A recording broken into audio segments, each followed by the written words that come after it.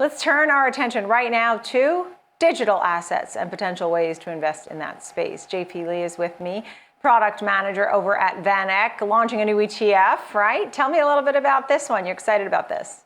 Very excited. Thank you for having me on. It's great. I've never been on your show, so very nice to be here. So the Vaneck Vectors Digital Transformation ETF is providing targeted pure play exposure to companies at the forefront of the digital assets transformation. And when we talk about digital assets, it's not just cryptocurrencies like Bitcoin. It is encompassing all of the companies that are doing work and generating revenues related to the blockchain or distributed ledger economy.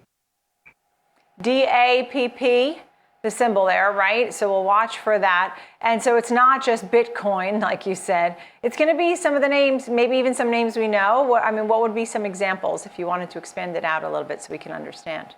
Sure. So these are companies that are doing business in the blockchain economy, and it's a wide variety of companies. You've got payment gateways like Square, you've got cryptocurrency miners like Riot Blockchain, and then you even have asset management companies like Galaxy Digital or Silvergate Capital. So it's not just about the underlying digital assets. There's a lot of infrastructure that is being built right now, a lot of investment in new technology and new applications, and there are companies that are growing quickly, and over the last year or 6 months or so, their stock performance has been very well on these companies because of those growth numbers. So we launched the ETF on Wednesday this week. It was the first listed day, the same day that Coinbase IPO'd, and we've seen a little bit of a sell-off since we listed, and we kind of think of that as a number of different things. The stocks have run up a lot over the last couple of months, like I said, so some kind of a correction or retracement would be normal and acceptable for these high growth companies.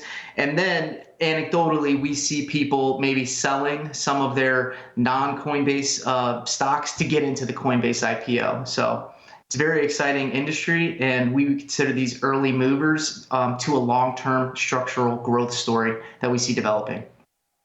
Right, and I know the ETF is likely to track as closely as possible the price and yield performance of the MVIS Global Digital Assets Equity Index, right? So what are some of the headwinds to success for this type of ETF? I mean, I'm sure excitement about technology and about digital investing comes in ebbs and flows, right? So are there headwinds or tailwinds right now? I think there's a mix of both, and I think that we outline the risks for this particular segment pretty specifically and clearly. And first of all, underlying volatility in the digital asset segment is a risk. So Bitcoin's had a great run up, and other digital underlying digital assets have been performing very well. But if those prices were to go down, perhaps some of these companies would have a harder time making money in the respective business lines if the price of the underlying digital asset goes down. So that's one headwind. And I think generally speaking, there's always in the digital asset segment, it's the old guard versus the new guard, right? We're still trying to break on through and take a step forward into the future, and there's always going to be a little bit of resistance to that. So I think you can kind of see that when you read articles about Bitcoin and read articles about the digital asset segment. You see a little bit of resistance from, quote, the old guard, but we see a lot of potential, and we see a lot of exciting happenings going on in this space right now. So I was watching Coinbase. Obviously, we've had a lot of excitement with Coinbase this week.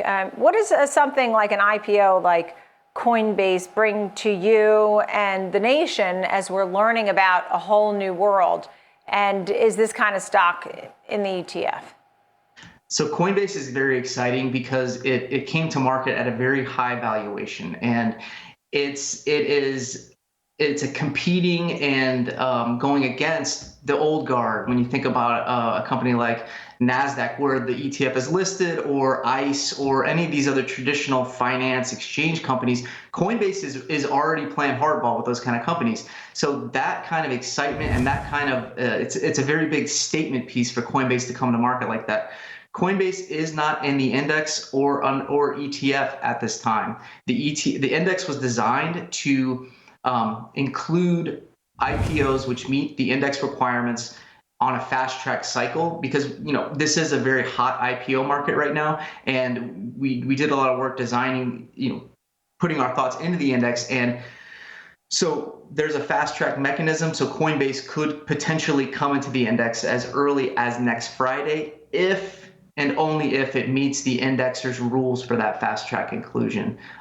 It's not an active ETF. That's very important to note. This is a passive product following an index. And then I think one other thing I really want to emphasize too is that this ETF and index does not invest in the underlying cryptocurrencies like Bitcoin or a Bitcoin ETF, whether that's GBTC or the Canadian ETF. There is no exposure to the underlying currency here. This is strictly for the companies that are doing business. JP, thanks for telling us that and clarifying that point as well. Nice to see you. Thank you very much, JP Lee, product manager over at Vaneck. Thanks. Great to see you. DAPP. We'll watch for that.